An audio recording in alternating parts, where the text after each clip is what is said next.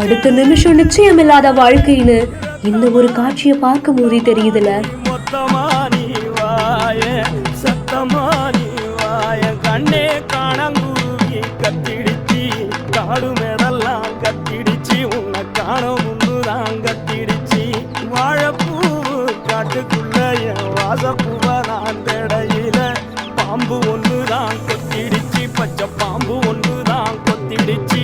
தென்காசி மாவட்டம் நடுப்பேட்டை பகுதியை சேர்ந்தவர் தான் தமிழ் அன்சாரி. இவருக்கு திருமணமாகி மனைவி இருக்கிற நிலைமையில தான் தென்காசியில இருக்கக்கூடிய மேலவாசி பகுதியில ஒரு செல்போன் கடையிலையும் வேலை செஞ்சுட்டு வந்திருக்காரு. கடந்த சனிக்கிழமை 20ஆம் தேதி அன்னைக்கு காலையில வழக்கம் போல கடைக்கு போய் வேலையும் செஞ்சுட்டு இருந்திருக்காரு. அப்போ கடைக்குள்ள இருந்த பொருட்களை ஒவ்வொன்னா எடுத்து வச்சதுக்கு அப்புறமா கடையுடைய ஒரு பகுதியில இருந்த கண்ணாடியை பார்க்கறதுக்காக உள்ளேயும் வந்திருக்காரு. அப்போ திடீர்னு எதிர்பாராத விதமா தனக்கு என்னமோ பண்ணுதுங்கிற மாதிரி நெஞ்ச பிடிச்சு மயங்கி கீழே விழுகவும் செஞ்சிருக்காரு. இந்த காட்சிகள் எல்லாம் அந்த கடையில இருக்கக்கூடிய சிசிடிவிலையும் பதிவாக இருந்திருக்கு.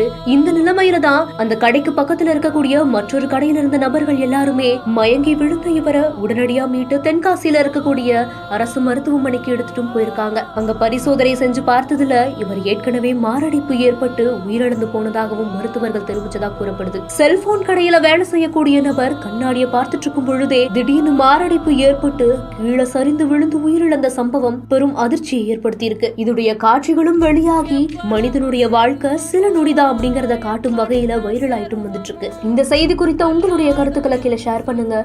மேலும் செய்திகளுக்கு நம்ம பிஹைண்ட் நியூஸை ஃபாலோ பண்ணிக்கோங்க.